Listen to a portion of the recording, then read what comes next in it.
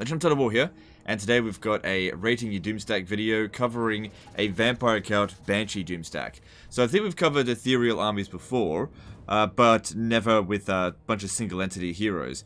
So what we've got here is 18 Banshees. I think they've all got good equipment on them. We've got a Necromancer, I think he's on a corpse cart, and we got Vlad. And I think he's gone up against an enemy that would really put this to the test, because we're going up against the Bowman of Orion, and Wood Elves tend to have a lot of magic attacks. So, not so much on their infantry, but on their monsters. So, Forest Dragons, Zotes, and they also cause dampening, so they actually give you even further weakening to magic, which is what these ones are fairly weak against. We've got, Wildwood Rangers don't, yeah, Treekin, Treemen, basically anything that's sort of like a tree spirit, or forest spirit, is going to do magic attack. So the big thing with a Banshee is that they're able to pretty much bypass physical attacks, because they start off with like a base of 75% physical resistance. Anyway, let's just see how it goes. Going up against like 2 full stacks here as well.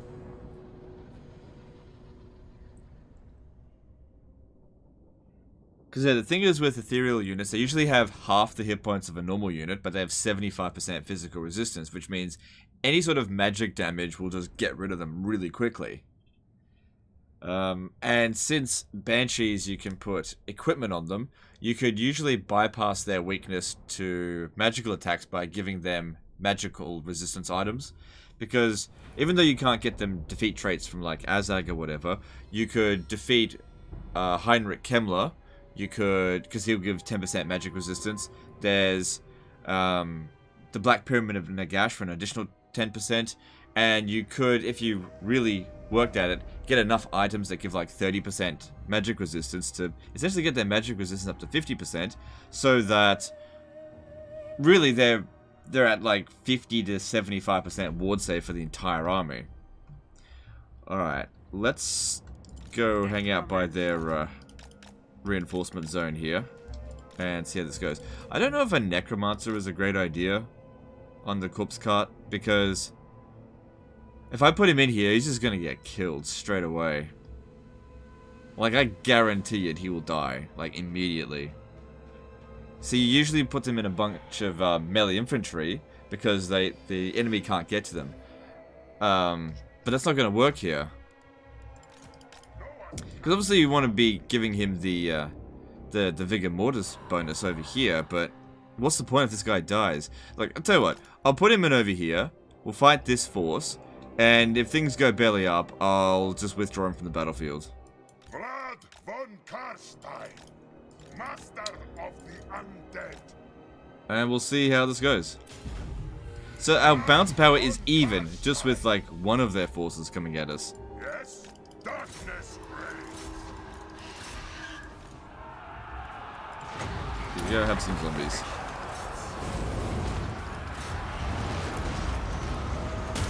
And you know what? No Wind of Death. I did that last time for a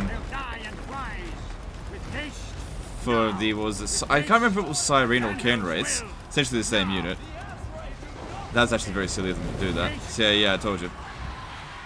I'll only use Nehex. Nehex and buffs. Okay, so let's use Curse of Years, but no Wind of Death. Because like if I use Wind of Death here, you know it's not really a Banshee Doomstack, it's a Wind of Death Doomstack. We want to see if these can do this on their own. Serve my will.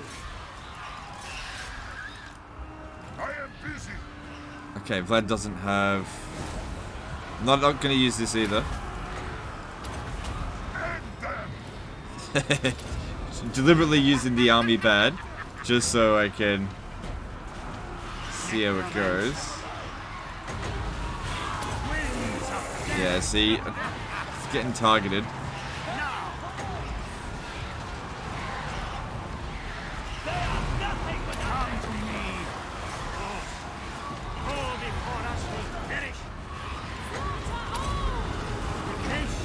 But while he's here, he's providing them with a significant buff, so I really don't want to send him off just yet.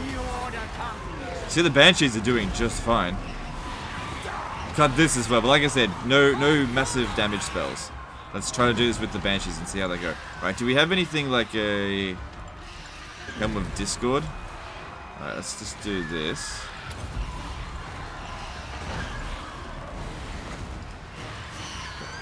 Okay. Doesn't look like we got a... Oh, here we go, here's one.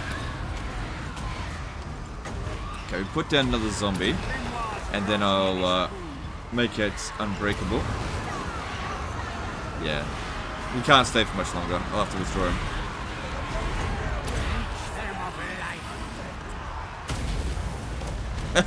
Look, that's gonna hurt themselves more than me. Look, even without loads of magic resistance, it just doesn't do much damage to single entities.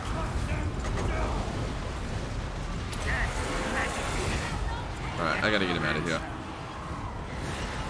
Come on. I hit withdraw. Go, go, go. Leave. Okay, he's gone.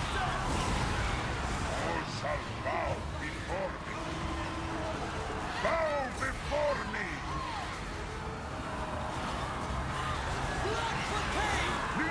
So, probably would have been a good idea to give Vlad Curse of Years as well if you were going to do this.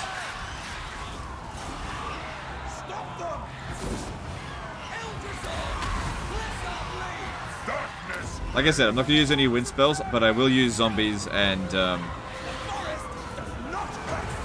Nehek if I need to. Because, yeah, without the corpse card here, they're not getting... Oh, hang on. Oh, no, that was Curse of Undeath. Right. They're not getting any passive regen now. Still got plenty of wins, though. Alright. What are we up against over here? Okay.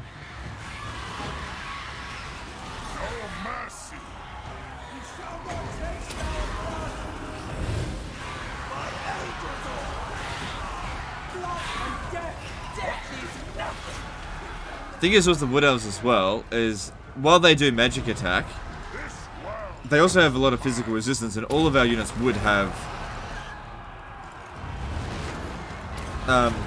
magic attack, so we bypass their physical resistance as well.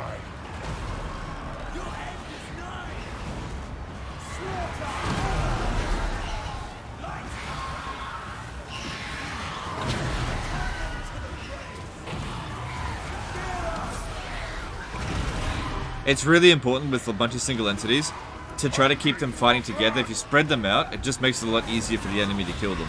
It does slow down the pace of the battle just a little bit, but you can see they're fighting really nicely. Not taking much damage at all.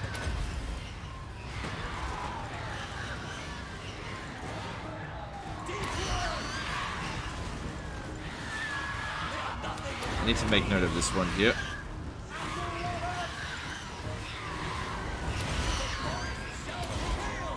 It's almost not even worth putting that down just because they're not really even taking damage. So what's the point in giving them extra damage resistance?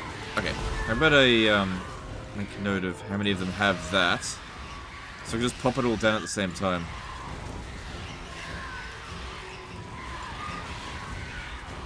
Yeah, I'm not going to use that.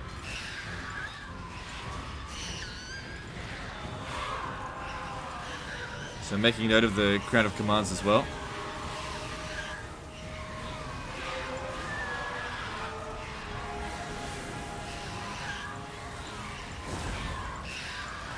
Okay, cool.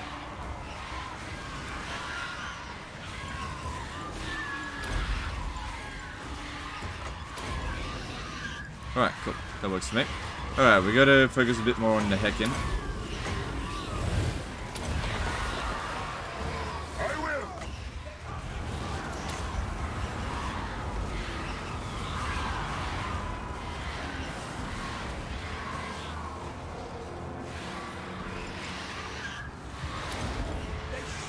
So yeah, if you hold control and double click on a unit, you can select every one that you have of that type. Bouncer power is improving.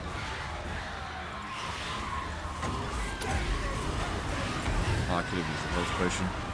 Oh well, next time.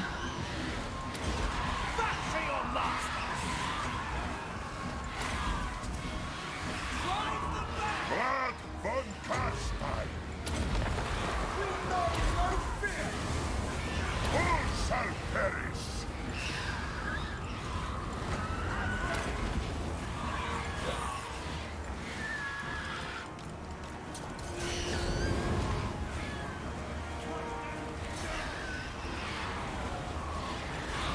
Yeah, the magical missiles don't worry me too much as long as we're in melee. We're too small to be accurately hit. I am busy.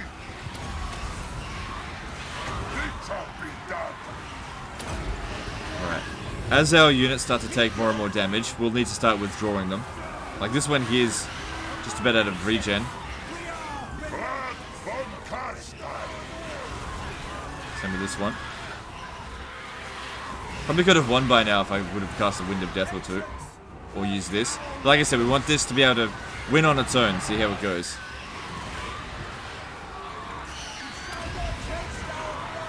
Blood von Karstein.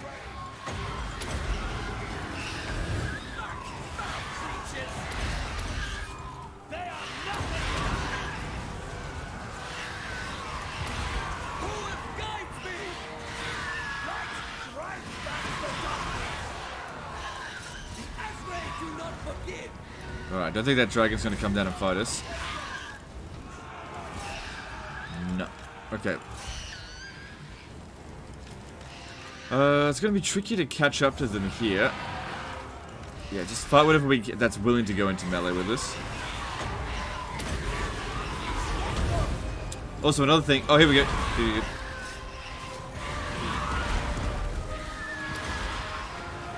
Yeah, if we cast a zombie here, get them to shoot at it, just instead of shooting at us, that could be good. Oh wow, that could look really quick.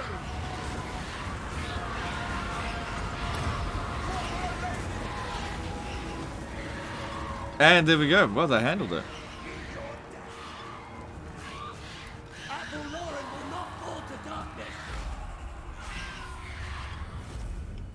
We still had a lot of fight left in us as well. With many of them. Right. So yeah, look, I don't necessarily disagree with the Necromancer being in the army, but I think it's really important to... that in some situations it's going to get targeted quite easily. So maybe keeping your army close to the edge and giving that guy an out is good. I would say that going up against high missile unit armies such as High Elves, Empire, Dwarfs, that kind of stuff would probably be very difficult for that Necromancer to survive. But if you go up against melee-focused armies, you could keep it in there and just try to keep him in the middle as much as possible. And then when he just gets damaged, just withdraw him, so you don't take any serious casualties. All right, let's end it there, and let's have a look and see how he's gone about boosting this. Because there's a lot of things you can do. I just want to know exactly what he's done. Whether or not he's just recruited these at like rank 5 or whatever and then sent them in. Or whether these are like rank 40. They've all got good equipment. He's got all the things that I mentioned before. Like the Black Pyramid of Nagash, Nagashazar. There's a lot of things that you can do to boost them.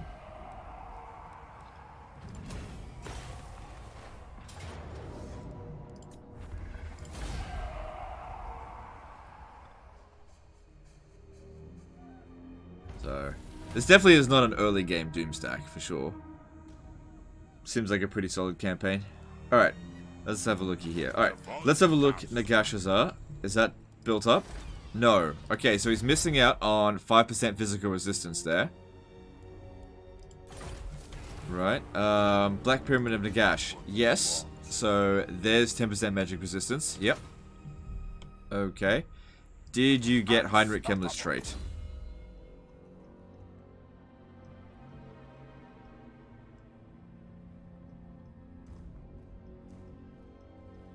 Doesn't look like it.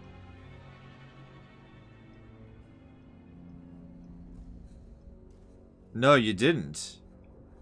Okay, so you're missing out on 10% magic resistance there. Thing is with vampire counts is once you've confederated Heinrich Kemmler, let me just see if he's here. You can't exactly get that trait again. Just want to see if he's in here. Unless I missed it. Man, look how many armies he's got.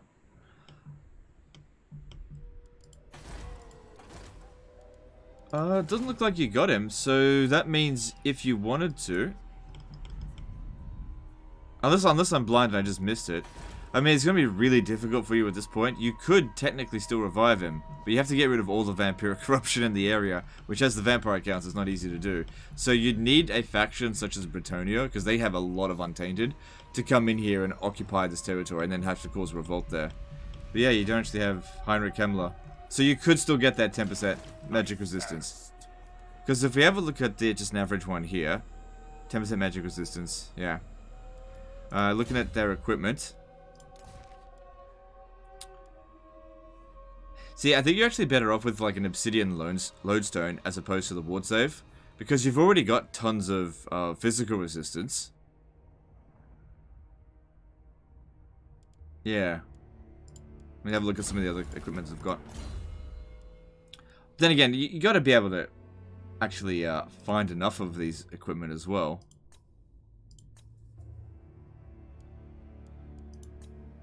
You know, they're not all going to be able to have a armor of destiny. That'll just take you too long to get. But he has equipped them all, except for the necromancer, with equipment, so that's good. Would have been impressive if they were all disciplined. That would have been very useful. You could also go Dread Incarnate. That would be even more powerful. But we've already covered Dread Incarnate, Stinky Cheese, loads of times. So I probably don't want to really hammer that home too much. We already know that, you know, dropping the enemy leadership down to 0 at the start of a battle is very powerful. But yeah, this is pretty strong. There's still a little bit more that he can do to make it stronger, though. You know, Nagashazar, of course. I don't think you're going to be able to get Heinrich Himmler. It's unreasonable to expect that at this point. Looking at Vlad's leveling, I guess you just tried to make him essentially a one-man Doomstack. But in terms of the army, it would have been better to get Undead Resurgent. But there's a lot of points to get to that, for sure. Yeah. Look at Vlad's equipment. Yeah, he's got Armor of Destiny. Yeah. Yeah, we didn't need to use any wind spells on that battle either. So yeah, it's very good. I'd probably rate this like 9 out of 10. Like, here's the thing to consider. It's a lot of effort and energy needs to go in to make this, because looking at the Banshee building, yeah, I think they're increased capacity at tier 5. So you need to get 19 tier 5s. 18 actually, because you start with base 1. 18 tier 5 settlements. That takes ages to do. The vampires aren't super slow to grow, so this would take a long time to build this army. But the thing is, any region where you go, like, I am Vlad. let me just do this. Vlad! Don't need to send the save file back, so it's fine. Any region that you go into would have tons of growth because Banshees increase growth. So if you've got a couple of them, you can start getting a momentum going with this. Yeah, like, it's really, really good. I don't know if I want to rate it 10 out of 10 though. I feel like, given the cost, not necessarily like upkeep cost specifically, but the time and energy needed to make this really good. Like, I've tried to make a Banshee Doomstack in my own campaigns, but I literally sort of like win the campaign before I even get 5 Banshees. So it's unnecessary completely. So, like, I'm going to leave it at 9 out of 10. It is super strong. Could be a little bit stronger. I guess if you're going to go like a full map completion vampire account campaign, this can be a fun army to use it with. And I think Vlad's the right person to command it because he's stuck on foot anyway, so he can stay right near them. Whereas putting Manfred in there, like he's on his big dragon or whatever, it's sort of an easy target for them to hit. Yeah. Okay, so yeah, 9 out of 10. Let me know in the comments below what you think of this army. I like it. It's just, it takes a long time to get this. I can appreciate the amount of effort needed just to recruit all these Banshees. Anyway, that's the end of this one. Appreciate you guys, and I'll see you next time, fuckers. Bye.